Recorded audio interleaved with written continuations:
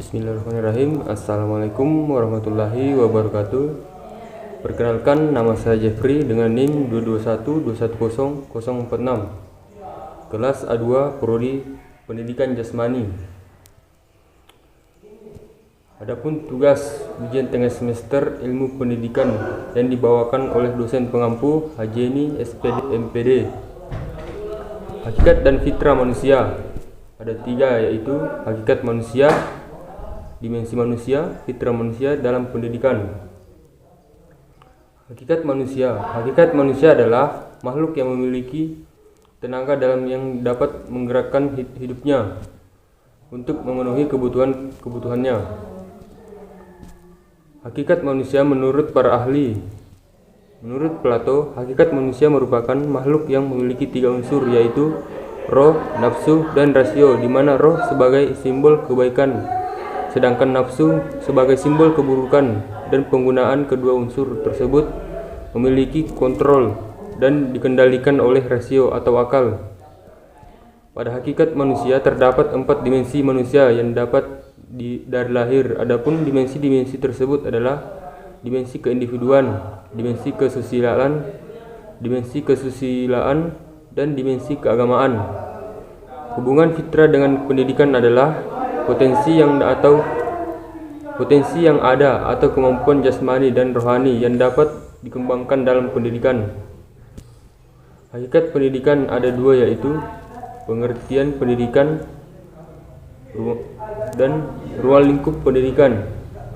Pengertian pendidikan adalah pembelajaran pengetahuan, keterampilan, dan kebiasaan sekelompok orang yang diturunkan dari satu generasi kepada generasi berikutnya melalui pengajaran, pelatihan, atau penelitian.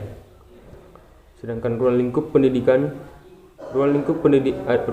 adalah batasan banyaknya subjek yang tercakup dalam sebuah masalah secara umum memiliki makna batasan.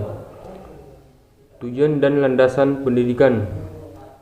Tujuan pendidikan nasional adalah mencerdaskan kehidupan bangsa dan mengembangkan manusia Indonesia seutuhnya, yaitu insan yang beriman serta bertakwa terhadap Yang Kuasa, Yang Maha Esa, serta berbudi pekerti luhur.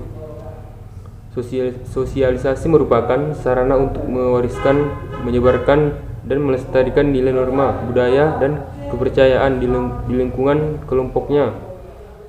Tujuan agar anggota masyarakat di kelompok tersebut dapat menjaga nilai budaya yang sudah ada sejak lama sehingga menjadi ciri khas dan karakteristik mereka.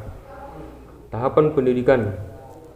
Tahapan pendidikan ada dibagi tiga, yaitu sepanjang hayat, pranatal, dan pascanatal. Pendidikan sepanjang hayat adalah sebuah konsep yang menyatakan bahwa proses pendidikan dapat dilakukan kapan saja dan di mana saja tanpa dibatasi oleh usia. Adapun beberapa aspek-aspek yang mendasari pendidikan sepanjang hayat, yaitu aspek ideologis, aspek filosofis, aspek pedagogis, aspek ekonomis, aspek sisiologis, aspek teknologi, dan aspek politis. Masa pranatal merupakan masa waktu di mana manusia mengalami perkembangan untuk pertama kalinya, atau bisa disebut dengan awal perkembangan.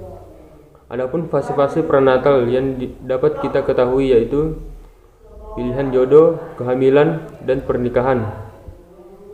Pendidikan pascanatal yaitu pendidikan yang dimulai sejak lahirnya anak sampai mereka dewasa, bahkan sampai meninggal dunia, yang kita kenal dengan sebutan pendidikan seumur hidup. Pendidikan pascanatal terdiri atas 4 fase, yaitu fase bayi, fase kanak-kanak, fase remaja, dan fase dewasa. Lembaga pendidikan ada 3, lembaga formal, lembaga informal, dan lembaga non-formal. Lembaga formal adalah lembaga yang resmi dan dianggotakan anggota yang resmi dan lembaga berbadan hukum.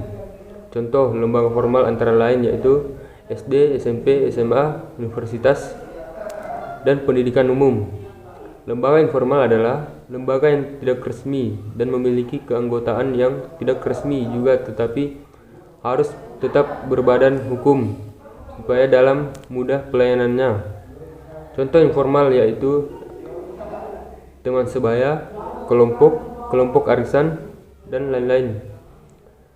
Pendidikan nonformal adalah jalur pendidikan di luar pendidikan formal yang dapat dilaksanakan secara terstruktur dan berjenjang.